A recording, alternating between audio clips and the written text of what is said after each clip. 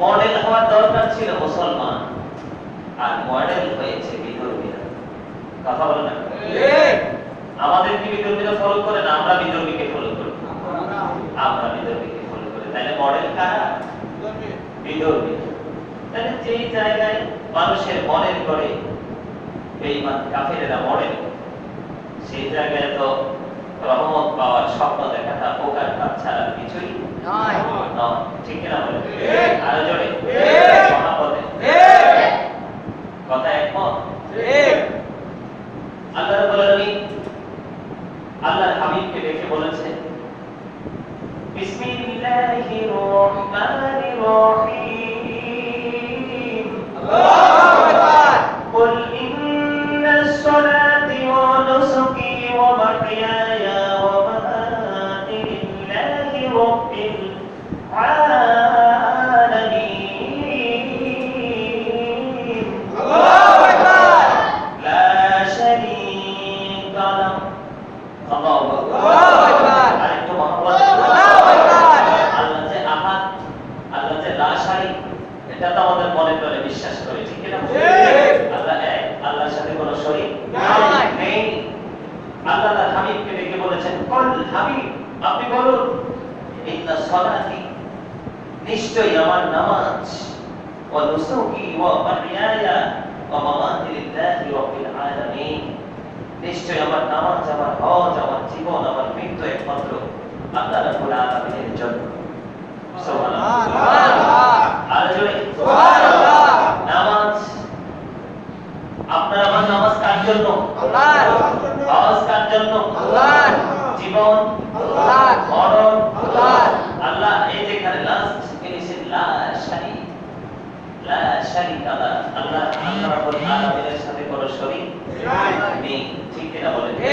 এটা আমরা সবাই বিশ্বাস করি। এখানে আমরা আজকে একটা বিষয় নিয়ে আলোচনা করব। আমি আগে বলেছি, সেই বিষয়টা হলো কি? হজ। কি? হজ।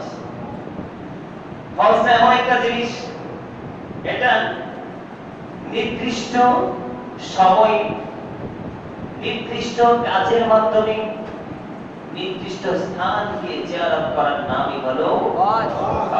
ঠিক না বলেন? আর জোরে এই হজ, ওই যে আমি বললাম সবার উপর আল্লাহ ফরজ করেননি, যাদের এবিলিটি আছে তাদের উপর আল্লাহ রাব্বুল আলামিন হজ ফরজ করেছেন। ঠিক না বলেন? বন্ধুরা আমার, হযরতে আবু উমামা রাদিয়াল্লাহু তাআলা আনহু থেকে হাদিস কানা বর্ণিত, আমার আপনার প্রিয় নবী, দু জাহানের বাদশা নবী, রাহমাতাল লিল আলামিন নবী, তিনি আমাদের জন্য বন্ধু জানিয়ে গেছেন। তিনি বলেছেন, হজ করার সামর্থ্য আছে, কিন্তু যাওয়ার পথে কোনো প্রতিবন্ধকতা নাই। যেমন ধরেন, হজে যখন রওনা দিবে, রওনা দেওয়ার পরে কোনো অত্যাচারী বাদশার শিকার হবে, অত্যাচারের, যে আমি হজ করতে যাওয়ার সময় আমাকে যাওয়ার পথে বাধা সৃষ্টি করবে, আমার উপর কোন রকমের জুলুম করবে, এই রকম বাধা দানকারী নাই। এই অবস্থাতে কেউ যদি হজ না করে মারা যায়, এই অবস্থায় কেউ যদি হজ না করে, তার মানে আপনি সব দিকে ফ্রি। হজে যাওয়ার পথে আপনার আমার কোনো সমস্যা নেই, টাকা আছে, পয়সা আছে, সব ধরনের হজ করার জন্য সুবিধা নেওয়ার মতো আমার সব ধরনের সুবিধা আছে।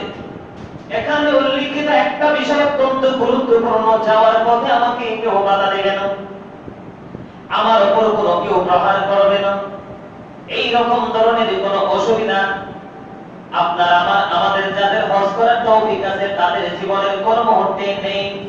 তারা মানে সে স্বাধীন, উপযুক্ত, ধনী মানুষ, চলার পথেও কোনো বাধা নেই।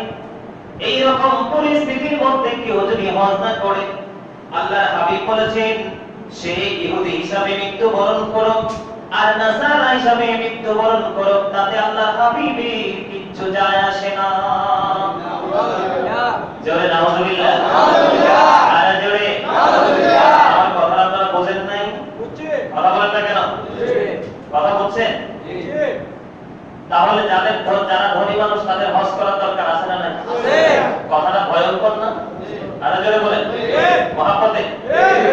কথাটা কি ভয়ঙ্কর? এই জন্য নারী হোক পুরুষ হোক, প্রাপ্ত বয়স্ক উপযুক্ত সময় তার হজ করা, সে হজ করতে যাওয়াটা আমি মনে করি তার জীবনে সবচেয়ে বড় নিয়ামত।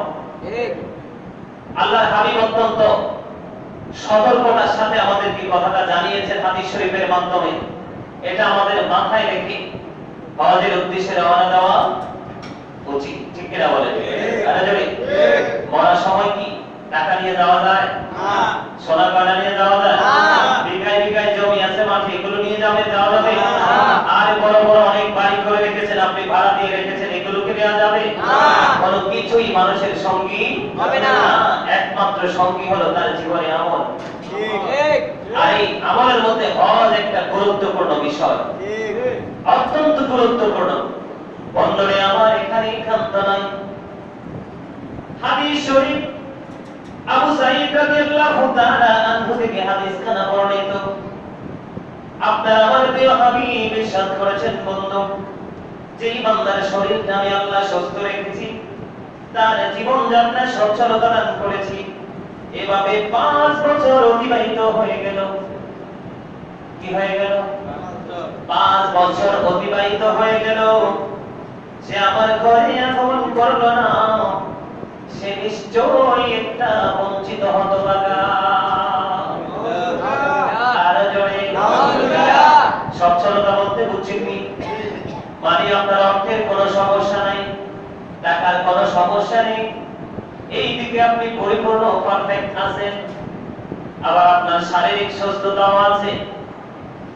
এইরকম করতে করতে এই বছর হজ করবো না, আরেক বছর করব, আরেক বছর করব না, আরেক বছর করব, এরকম আছে না নাই? আমাদের মাঝে অনেক অলস মানুষ আছে। এমনি করে করে যদি 5টি বছর অতিবাহিত হয়ে যায়, 5টি বছর যদি পার হয়ে যায়, আপনার আমার প্রিয় হাবিব, আপনার আমার প্রিয় নবী, জাহানের বাদশা নবী রাহমাতুল লিল আলামিন নবী তিনি জানিয়ে দিয়েছেন, বন্ধু, সে নিশ্চয়ই একজন হতভাগা।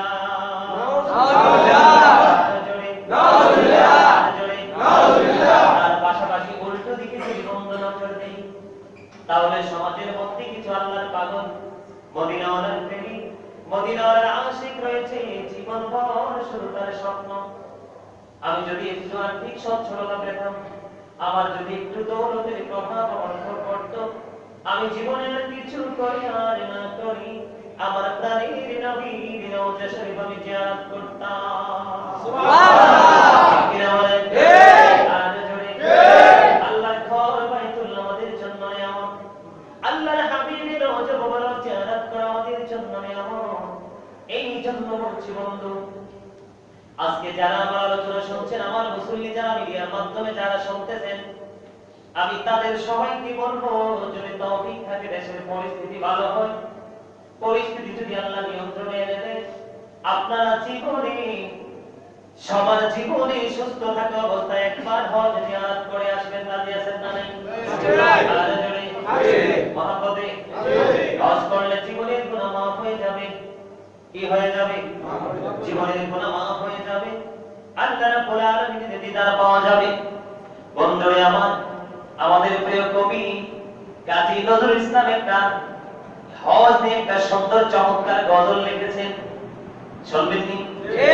আজ জোরে মহাপদে অত্যন্ত দুঃখের কথাগুলো তুলে ওটার মধ্যে তুলে এনেছে। দূর আরবের স্বপ্ন দেখি বাংলার কোটি হতে, কেঁদে কেঁদে চলেছি যেন ওই মদিনার পথে। মারহাবা বলেন।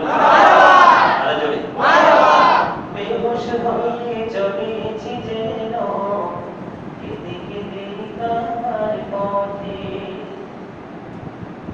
হায় গো খোদা, কেন মরে পাঠাইলা কাঙ্গাল করে, যেতে নাই প্রিয় নবীর মাজার শরীফ জিয়ারতে। বেহুশ হয়ে চলেছি যেন কেঁদে কেঁদে কাবার পথে বলেন তোর রবের স্বপ্ন দেখি বাংলার খোঁজে হবে বেহুশ হয়ে চলেছি যেন কেঁদে কেঁদে কাবার পথে সকলে শরীরে তুই রাতে যেন কাবার মিনার থেকে রাতে ছেলেরান ঘুমন্ত সব মুসলিমের লেগে লেগে বেহুশ হয়ে চলেছি যেন কেঁদে কেঁদে কাবার পথে বলেন বেহুশ হয়ে চলেছি যেন কাবার পথে তোর রবের স্বপ্ন দেখি আমি তোর রবের স্বপ্ন দেখি বাংলার দুটির হাতে বেহুশ হয়ে চলেছি যেন কেঁদে কেঁদে কাবার পথে ইয়া ইলাহি বলো সে কবে আমার সফল সফল হবে আমি গরিব বলে হব কি নিরাশ মদিনা দেখার নিয়ামতে বেহুশ হয়ে চলেছি যেন কেঁদে কেঁদে কাবার পথে ইয়া ইলাহি বলো সে কবে মোদের সফল সফল হবে আমি গরিব বলে হব কি নিরাশ মদিনা দেখার নিয়ামতে বেহুশ হয়ে চলেছি যেন কেঁদে কেঁদে কাবার পথে মারহাবা কথাগুলো কত গুরুত্বপূর্ণ দেখছেন কথা বলেন ঠিক না গরিব যারা যেতে পারছে না তারা অসচ্ছলতা যাদের ঘিরে রেখেছে আপন করে তাদের কিন্তু আসলে প্রতিনিয়ত কিন্তু যখন মক্কাতুল মুকাররমা মদিনাতুল মুনাওয়ারার কথা মনে হয় আসলে কিন্তু এই কবি আমাদের প্রিয় কবি কাজী নজরুল ইসলামের মতোই তার মনের ঘরে প্রশ্নগুলো শুধু ঘুরপাক খায় ঠিক কিনা বলেন সম্মানিত উপস্থিতি আমি আপনাদের সকলকে বিনীতভাবে অনুরোধ করব আপনারা সকলে যার যার তৌফিক আছে পরিস্থিতি যখন নিয়ন্ত্রণে আসবে আপনারা হজ করে আসবেন জীবনে একবার হলেও আল্লাহ যেন আমাদেরকে মক্কা এবং মদিনা দেখার তৌফিক দান করে সকলে বলেন আমিন একটু মহব্বতে বলেন আমিন এখানে আরেকটা বিষয় অত্যন্ত গুরুত্বপূর্ণ মনে রাখতে হবে যারা হজ করতে যাবে তাদের সব ধরনের অশ্লীলতা থেকে মুক্ত থাকতে হবে সব ধরনের পাপ থেকে তাকে মুক্ত থাকতে হবে অন্যায় অপরাধ জুলুম অত্যাচার সকল ধরনের অপরাধ থেকে তাদেরকে বেঁচে থাকতে হবে কথা বলেন ঠিক কিনা পাপের মধ্যে আমাদের সমাজের মধ্যে একটা ভয়ঙ্কর রূপ ধারণ করেছে একটা জিনিস পরনিন্দা আছে এই সমাজ আপনাদের সমাজে আছে পরনিন্দাটা কোন জায়গা থেকে সৃষ্টি হয় জানেন হিংসা থেকে কোন জায়গা থেকে হিংসা হিংসা যিনি করে একটা জিনিস মনে রাখবেন হিংসা যিনি করবে উনি প্রতিনিয়ত নিচের দিকে যাবে আর যাকে হিংসা করবে সে প্রতিনিয়ত ধীরে ধীরে ধাপে ধাপে সে ডেভেলপ হয়ে যাবে এটা বিশ্বাস করেন না কারণ হচ্ছে হিংসা মানুষকে দুঃখ দেয় কষ্ট দেয় নির্দিষ্ট একটা সীমাবদ্ধতার মধ্যে আবদ্ধ করে ফেলে কিন্তু উদারতা প্রেম ভালোবাসা মানুষকে এই হিংসা নামক অন্ধকার প্রাচীর ভেঙে ভালোবাসার এক নতুন ইতিহাস তৈরি করার শক্তি জুগিয়ে দেয় আমাদের সমাজে বর্তমান প্রেক্ষাপট অত্যন্ত ভয়ঙ্কর রূপ নিয়েছে একজনের পজিশন আরেকজন সহ্য করতে পারে না একজনের ক্যারিয়ার আরেকজন সহ্য করতে পারে না একজনের সুখ আরেকজন আপনার দেখতে পারে না কিন্তু একটা মানুষ যখন দুঃখ পায় তার দুঃখ নিয়ে তামাশা করে মানুষ অনেক বেশি মজা পায় আজকের এগুলো কিন্তু খুতবার কথা এগুলো কিন্তু প্রাসঙ্গিক আলোচনা নয় তা আমি আপনাদের সকলকে বলবো, আজকে হয়তোবা পৃথিবীর পরিস্থিতি আমাদের প্রতিকূলে থাকার কারণে আমরা হয়তোবা হজের জন্য প্রস্তুতি নিতে পারছি না, যাওয়ার পথে প্রতিবন্ধকতা থাকার কারণে আমরা যাইতে পারতেছি না। আমি বিশ্বাস করি আল্লাহ রাব্বুল আলামিন যেহেতু আমাদেরকে অত্যন্ত ভালোবেসে আদর করে মায়া করে সৃষ্টি করেছেন, সে ভালোবাসার বান্দাগুলো একদিন সে প্রাচীর ভেঙে সে সুন্দর পৃথিবীর দিকে চলে আসতে পারবে, ঠিক কিনা বলেন? এই প্রত্যাশা কিন্তু আমাদের হৃদয়ের প্রত্যাশা, কথা বলেন ঠিক কিনা? আমার কথা আপনারা একমত? এই আমার দিকে তাকান, কথাগুলো শোনেন,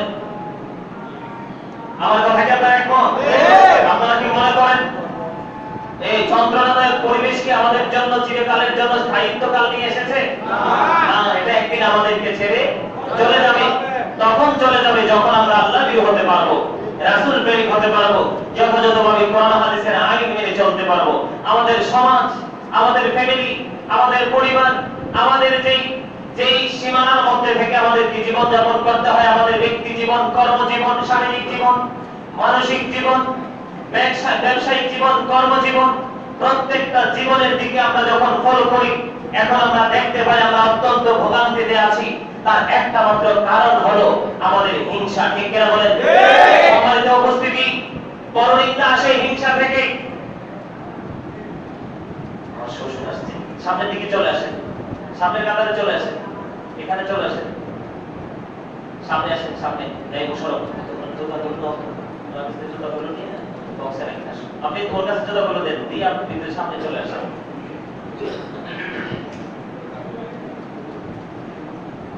আমি আপনাদেরকে যেটা বলতে চেয়েছি, আপনারা আমার কথাগুলো একটু মন দিয়ে শোনেন।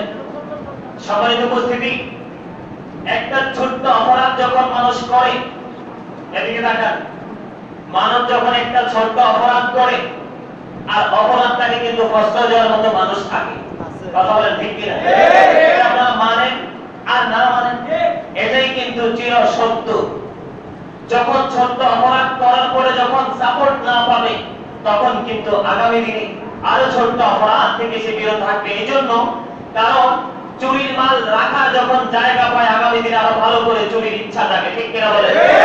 অপরাধ করার পরে যখন মানুষ প্রশ্রয় দেওয়ার মতো মানুষ থাকে, তখন সে আগামী দিনে আরো বড় ধরনের অপরাধ মানুষ করতে শিখে, ঠিক কিনা বলে?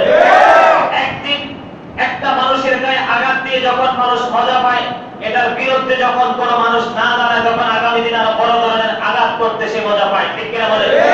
ঠিক তারই ধারাবাহিকতায় সম্মানিত উপস্থিতি, আজকের পরিবেশ তৈরি হয়েছে, পরনিন্দার সৃষ্টি হয়। যেমন এটা আমি বলেছি, এটা প্রাসঙ্গিক আলোচনা নয়, আমার সময় খুবই অল্প, এই জন্য আমি বিস্তারিত ব্যাখ্যা করতে পারবো না। পরনিন্দা তৈরি হয় আপনার কি থেকে? হিংসা থেকে। আর হিংসা সৃষ্টি হয় কোন জায়গা থেকে? হিংসা সৃষ্টি হয় অহংকার থেকে।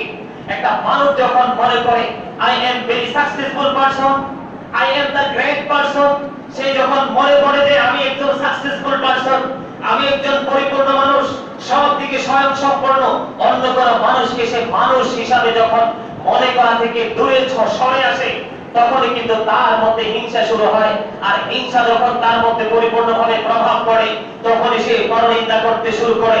আর যখনই পরনিন্দা সৃষ্টি হয়, তখন কিন্তু মানুষ সামাজিকভাবে বলেন, শারীরিকভাবে বলেন, মানসিকভাবে বলেন, আর্থিকভাবে বলেন, আপনার পারিবারিকভাবে বলেন, আত্মীয়তার বন্ধনের ক্ষেত্রে বলেন, প্রত্যেকটা ক্ষেত্রে কিন্তু তার নেতিবাচক একটা প্রভাব পড়ে, ঠিক কিনা বলেন?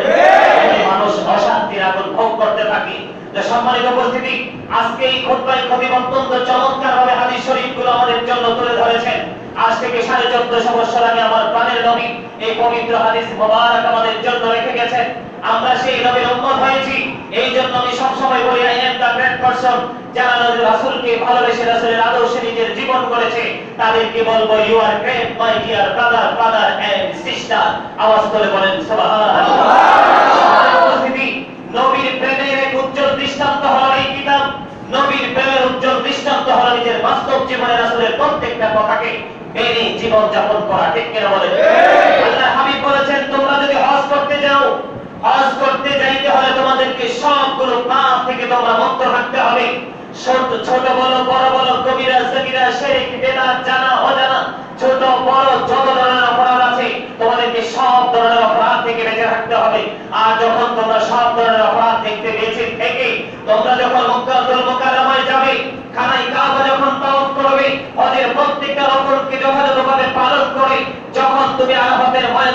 লাব্বাইকা বলে, হাজির নিজেকে নিজে প্রেজেন্ট বলে আল্লাহর দরবারে দাবি করবে, তখনই আল্লাহ রাব্বুল আলামিন তোমার ডাকে সাড়া দেবে। আজকের খুতবায় তো কি বর্ণনা করেছেন, আল্লাহ হাবিব বলেছেন, যখন হাজী সাহেবরা মিশ্রিত ধুলাবালি অবস্থায়, ধুলাবালিতে দোষর অবস্থায় যখন আরাফা একত্রিত হয়, আল্লাহ হাবিব ডেকে ডেকে ফেরেশতাদেরকে নিয়ে প্রশ্ন করতে থাকে, দেখো আজকে জমিনের দিকে তাকিয়ে আমার বান্দাগুলো আমি আল্লাহর দিদারের আশায়